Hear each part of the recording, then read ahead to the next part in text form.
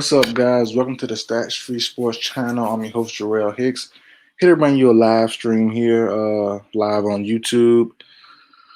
Um, I plan on, well, before I do that, a quick intro. This is discussion about everything, any sports you want to talk about. Well, I cover only a couple sports: NBA, football, well, basketball, football, um, baseball, a little bit, UFC, MMA, Bellator, all that stuff, and I think that's it, right? Yeah, I think that's it. But I watch a little bit of everything though, so I might, some you might not think I've seen. I've probably seen it. I watch bowling too. I watch a lot of stuff. Just I mainly cover the main, couple sports. But I watch a little bit of everything. So if you come in, ask questions, drop in the comments section. I'll definitely put it on the screen if it's a good question. I'll answer it honestly as best as I can. But basically, I plan on doing a live stream every week. Trying to see the platform I want to do it on. Am I gonna do it on YouTube Live directly or through a third stream or a third party? I'm not sure yet, but I want to do like a live show. Not quite a podcast, which I've done before, which I still have. I might end up doing again. I still have it, all the accounts and stuff ready and to go. I just don't really have time for it, to be honest. And even when I do, uh, kind of want to do it anymore. kind of move on to something else different from a podcast. But the show will be a little bit different. It's gonna be a little more organized, a little more professional. That's why I'm trying to find out the exact location I want to stream it on, and if I bring it to YouTube Live or to YouTube in general, or will I, like I said, stream it somewhere else and then bring it to YouTube, download it or something on YouTube, whatever, every week. But yeah, probably every Saturday, every Sunday. I'll recap the whole week with an entire live show, about an hour and a half long. That's what I'm hoping to do. But they'll come soon. So when it does come, I'll drop a quick video in the YouTube section, in my video section. Y'all can see it then if you follow me.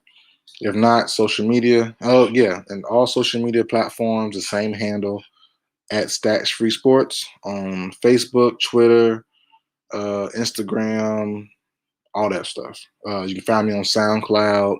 You can find the podcast I don't do anymore for right now. You can still follow it, see my old content there. But I might go back to doing that. I might not. We'll see.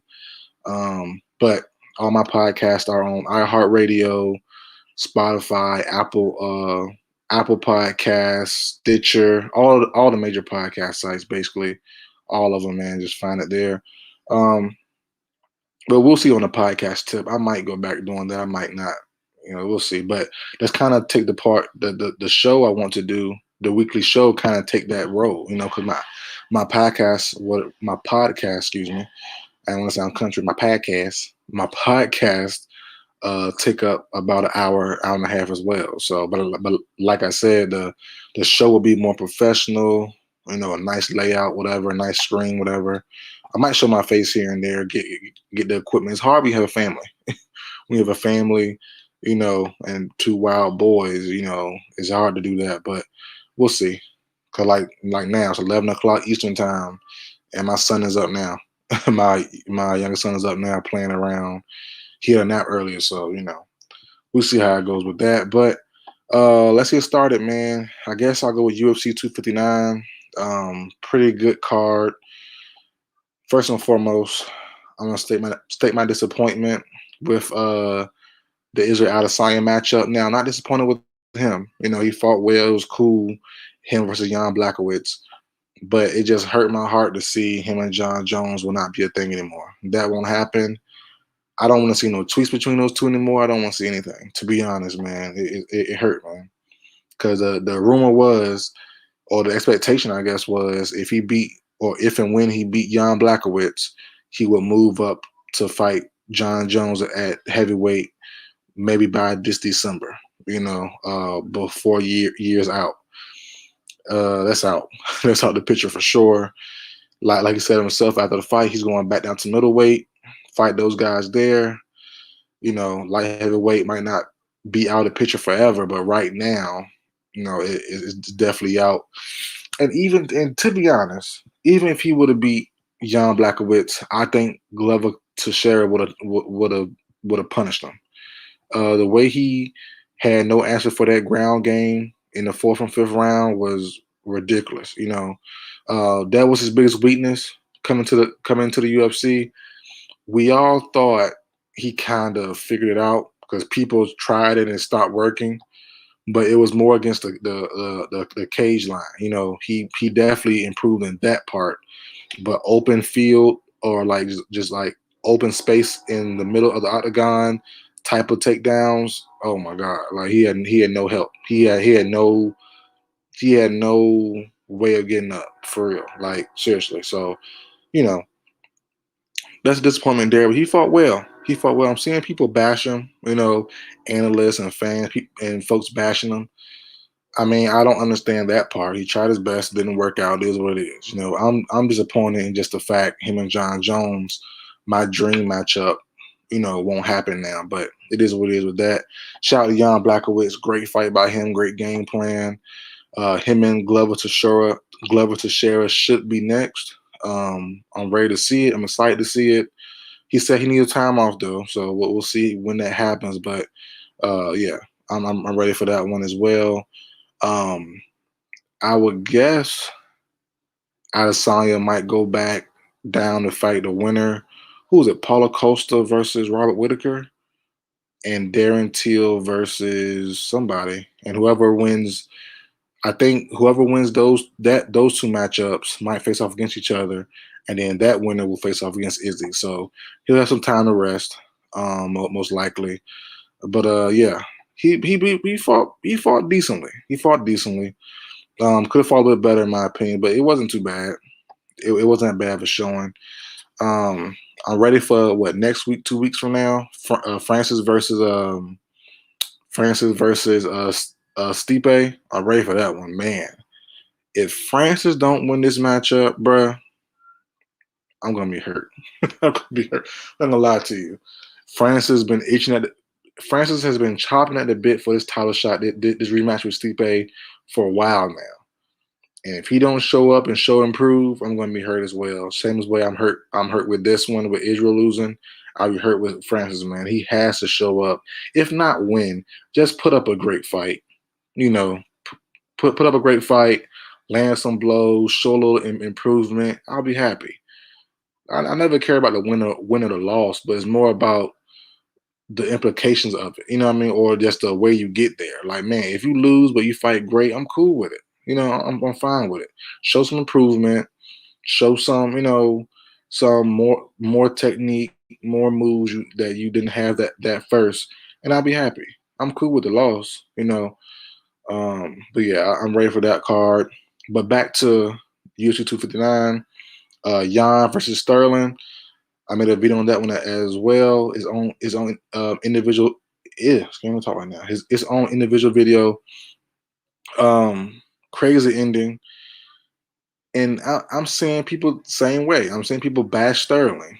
Even though Jan did something illegal, he did it a legal move, a legal tactic, and people are mad at Sterling for maybe selling it a little too much. I'm not even gonna let it even look. If I'm Sterling, I'm not, bruh. Listen to me. If he hit me like that, I'm not getting up. I'm saying throw the flag. I'm throwing the flag in right there. Call it. I'm not worried about nothing nobody else say to me about nothing. That was a clean flush knee to the temple. That was a clean flush one. So I'm not tripping about that. I'm not gonna lie to you. So all them people, oh, he's faking it and things like that. Give me 1 second. Like I said, my son is still up. Give me 1 second. 1 second.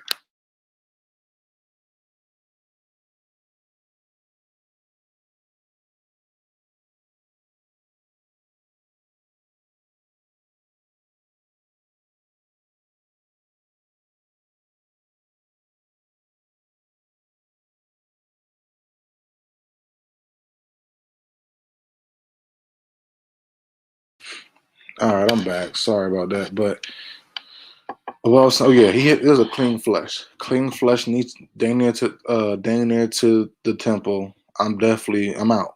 I'm out. Call the fight. I'm out. Give me my belt. I'm good.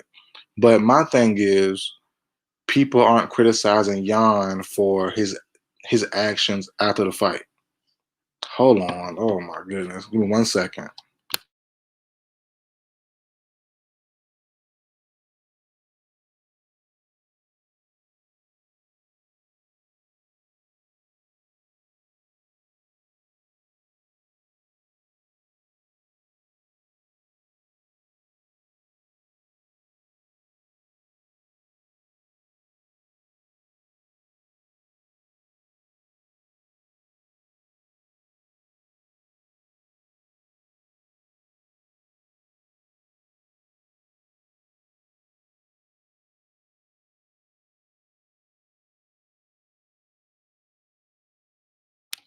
Boy, being a parent is extra.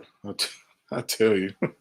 But yeah, I'm definitely, if I'm Sterling, I'm not tripping about that. But my thing was, no one's criticizing Peter Yan's actions after the fight. You know, he was very cocky about it, very nonchalant about it, and it really rubbed me the wrong way when he raised his hand when it was calling the fight and making a decision, making everything official.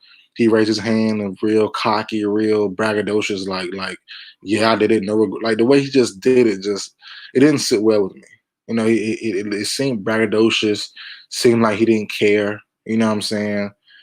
And I totally understand. He was winning the fight clearly, no question about it. Um, that's why I'm not really. I don't really want a rematch, to be honest.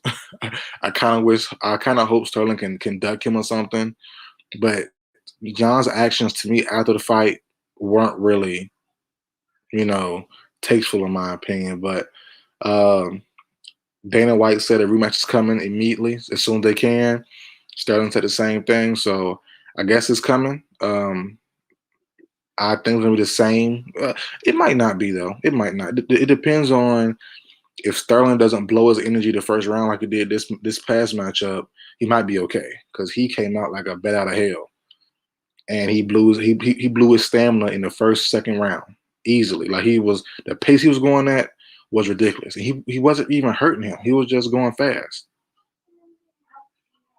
He was just going fast. So it was definitely draining his. He drained himself early, but I really do think.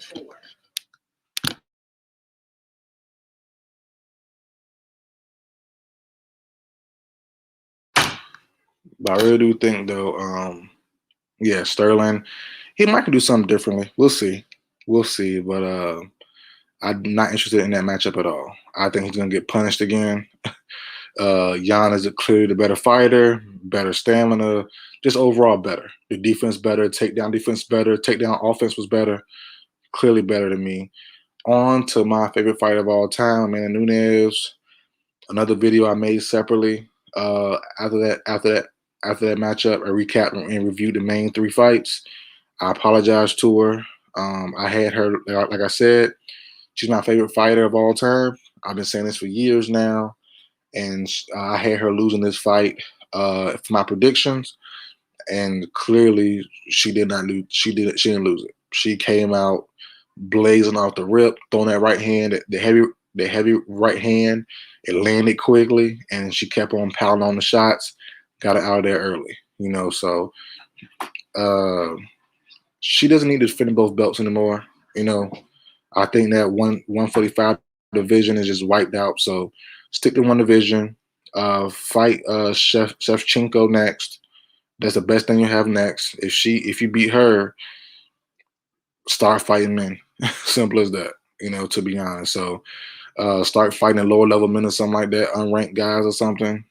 Because these girls aren't doing it. She's punching everybody. Uh, and it's clear as day she's just outright better. So that's it for UFC though, honestly. I gotta get my thoughts on Dustin and Connor. Dustin and Conor McGregor 3 possibly coming. As Dustin Poirier said after the Conor 2 fight, he doesn't want Michael Chandler. He doesn't think he deserves it. I kind of agree, kind of, sort of, but I guess Dustin was serious. He doesn't want to fight Chandler. Because the rumor is Connor and him are going for a third round. I mean, going for a third fight once Connor's healthy. So I guess that leaves Chandler versus Gaethje. I'm guessing Chandler and Gaethje, or is Charles Oliveira and Gaethje or Chandler. So I'm not mad at those matchups. So yeah, I'm not mad at it. I'm not mad at it at all. Um, so those should be a good three-way fight for the belt. Whoever fights who, and then I guess who the winner fights. I guess the other one, whoever left out, because someone's gonna be left out of a top opponent. Because the top five is who? Well, the top six is who? Chandler. I mean, Poirier, McGregor, Chandler, Gaethje, Oliveira. Yeah, that's 5. 6.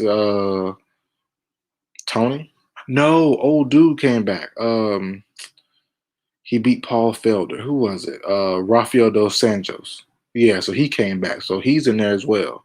So I guess I'm gonna go with Michael Chandler versus Gaethje. That should be a knockout brawl fight. A very high octane fight, an intense fight. Versus, so those two match up. They give me Charles Oliveira versus Rafael dos Santos. Those are matchups right there. Whoever wins those two fights, I guess moves on to fight each other, and then whoever wins that fight fights Poirier, the winner of Poirier Conor 3, and I think that's it right there. So, but that's it for the UFC that I really care about right now. I'm ready to see TJ Dillashaw return from his 2-year layoff from PEDs. I'm ready to see John Jones fight his first fight in the heavyweight division. I guess the rumor is he's coming in August, I guess, sometime late summer, early fall. So we'll see who he fights there. That's it for UFC, to be honest. I think so. Let's go to some NFL talk, man. Dak Prescott signed his new deal. Now, I did a video on it, so check it out. I talked about Dak Prescott signing a deal, and maybe the Cowboys are Super Bowl contenders now. Their team get healthy, and if they can get a defense right finally, I think they can. They made pretty good moves in the draft last year. Sign a few guys with the limited money that they have in salary cap space. Make another good round of draft picks this year. They should be fine on their way to a playoff contending team. But new news came out about Dak's new contract. He's making $75 million in the first year. Now, that's not really crazy to me, how people might think it is, because it's basically your guaranteed money, and it's basically a guaranteed contract. A portion of that is guaranteed plus his yearly contract. So the math breaks down: 4 years, 160 million, right? Divide that up, that's going to be 40 million per year. Cool. But my guess in the video I said he's going to get about 50 million. I guess he's going to get about 50 million guaranteed. That end up being slightly off. The way I'm seeing it is he's getting like 46 million guaranteed plus. So take 46 million out from the 160, then you divide that by 3 years, and that's going to be like 23.333, and that's going to be his total. Yeah, like 23.33333, whatever. So add that to the 46 million, that's 75 million per year and change. So yeah, I mean, it's just 75 million in the first year, which is a 46 million guarantee and 23 million salary, plus 23 million the next 3 years. So that's how that works out. So yeah, that's how I see it going out like that. So it's not that crazy the way you look at it. It's not that crazy. When you first see it, like, wow, 75 million. But yeah, it's not that crazy. It's just guaranteed money up front, basically, mixed with the contract. So the first year is all guaranteed, basically, which is smart on that, and smart for the team. It helped with salary cap. It helped with the cap hit. So yeah, that's smart by both.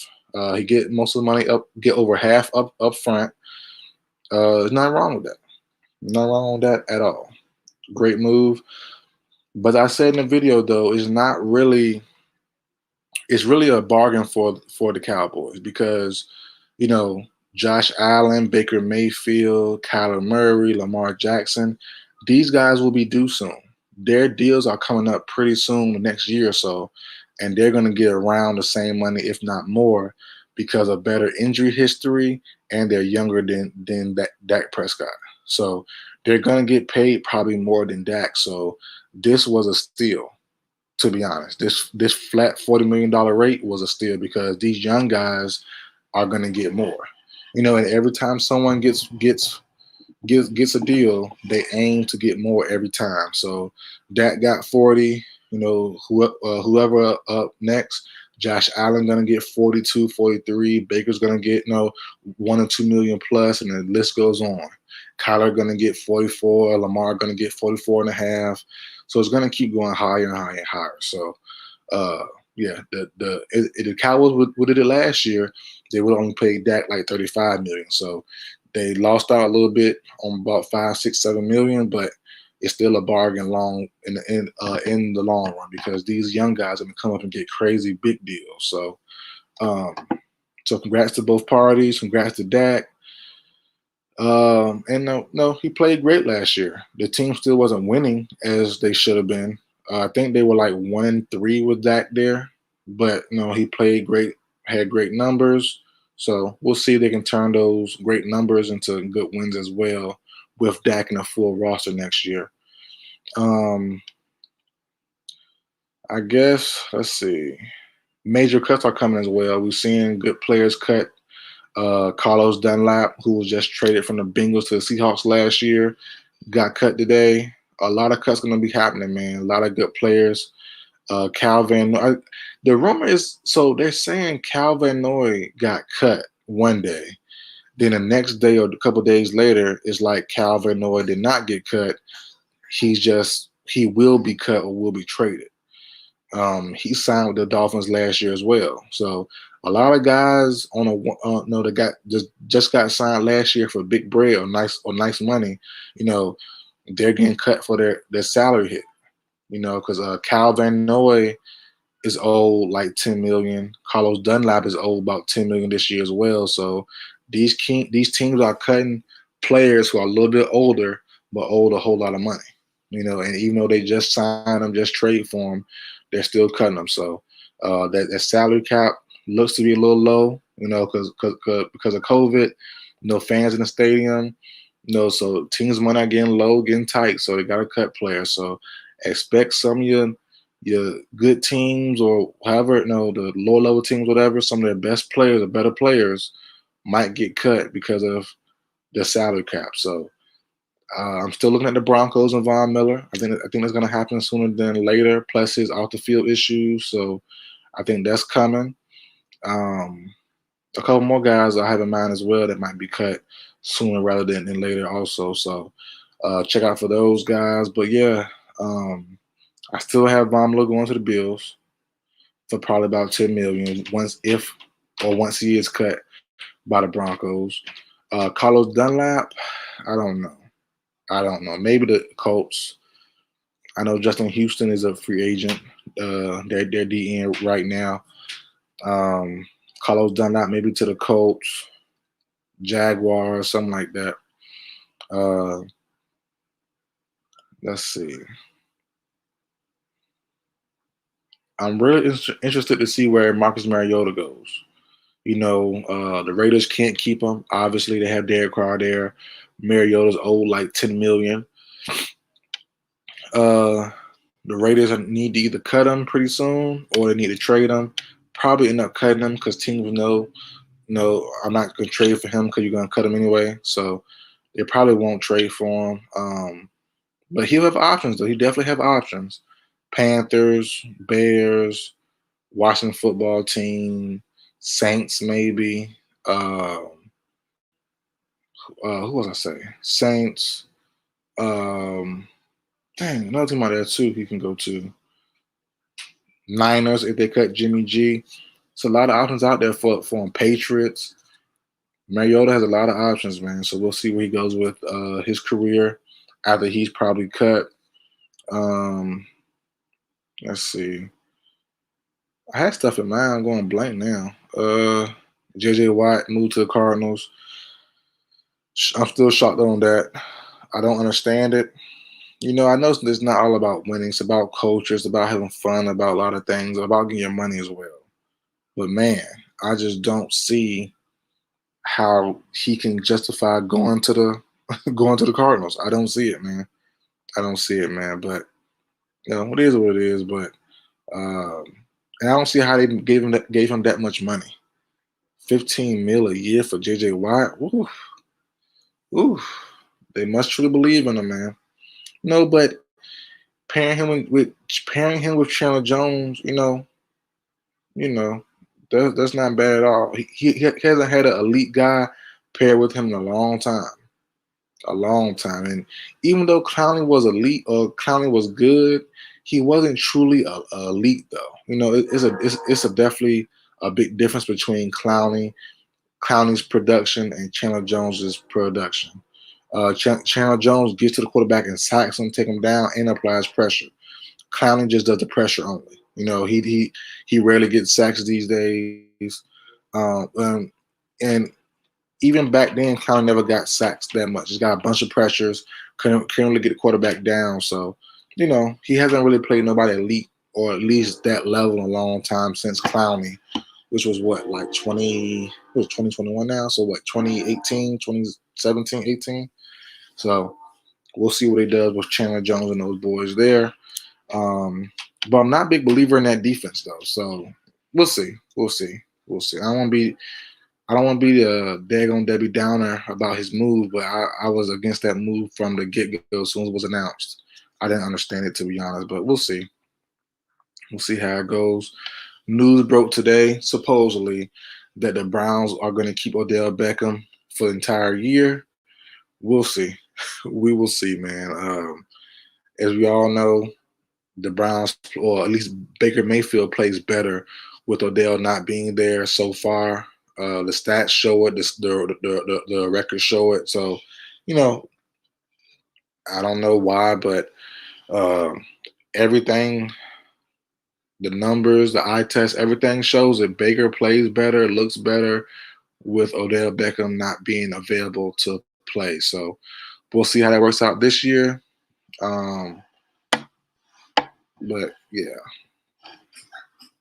I'm curious to see, and also another guy I'm curious to see where he goes to in this NFL draft season, NFL free agency season, is Juju Smith. He hasn't really lived up to the hype, in my opinion. He is pretty good, inconsistent, not great. But the rumor is he's going to get a big contract from somewhere, and I don't truly see why. To be honest, I like him a lot. Good personality. The dancing was too much this year on people logos and stuff like that. But just play wise though, he wasn't consistent enough for me to give him a 18 million plus a year. I can't see it. And he's young. He's still young, still big body, still physical, got a lot of talent. But I don't see people giving, a team giving him that much money to still be inconsistent. So I don't know. But I've never been a big fan of Juju like that.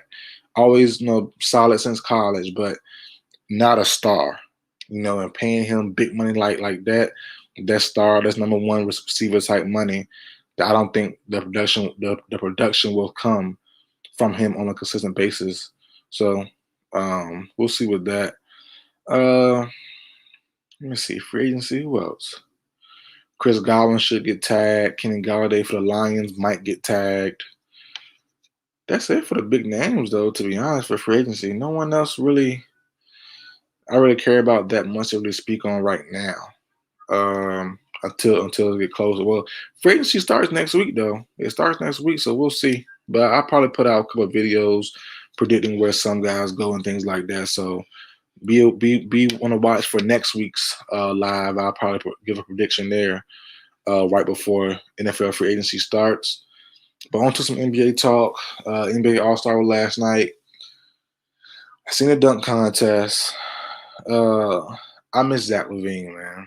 I'm not gonna lie to you. I was telling my wife, please just look. All the NBA has to do under the table, give Zach LaVine $5 million, give LeBron about $10 million, give Zion about $5 to $10 million, make them do it. Like yo, you know what I'm saying? Just look under the table. Nobody will ever know. You know what I'm saying? Charity, whatever. Get to the charity.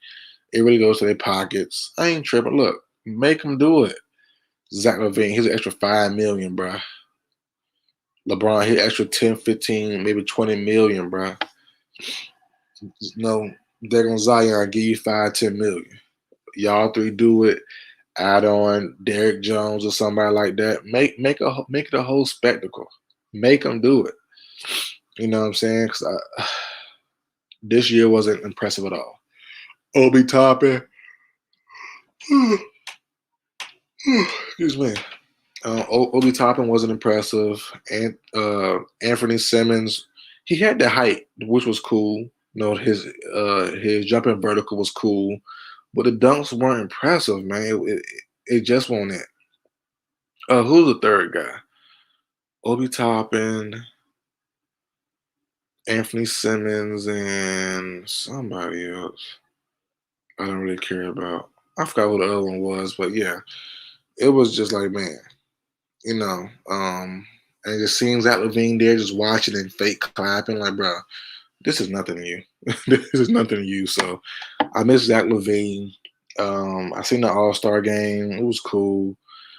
Um, it was very good to see Steph and LeBron play together for the first time. I never realized that until they said it. It was cool, man. It was tight. It make you wonder, what if, the tweets, people on Twitter just playing a what if game. If LeBron went to the Warriors instead of KD, it would have been scary. It would have been even more scarier because LeBron loves to pass the ball. He would have fit in perfectly with that ball movement system. Oh my gosh. Oh my gosh.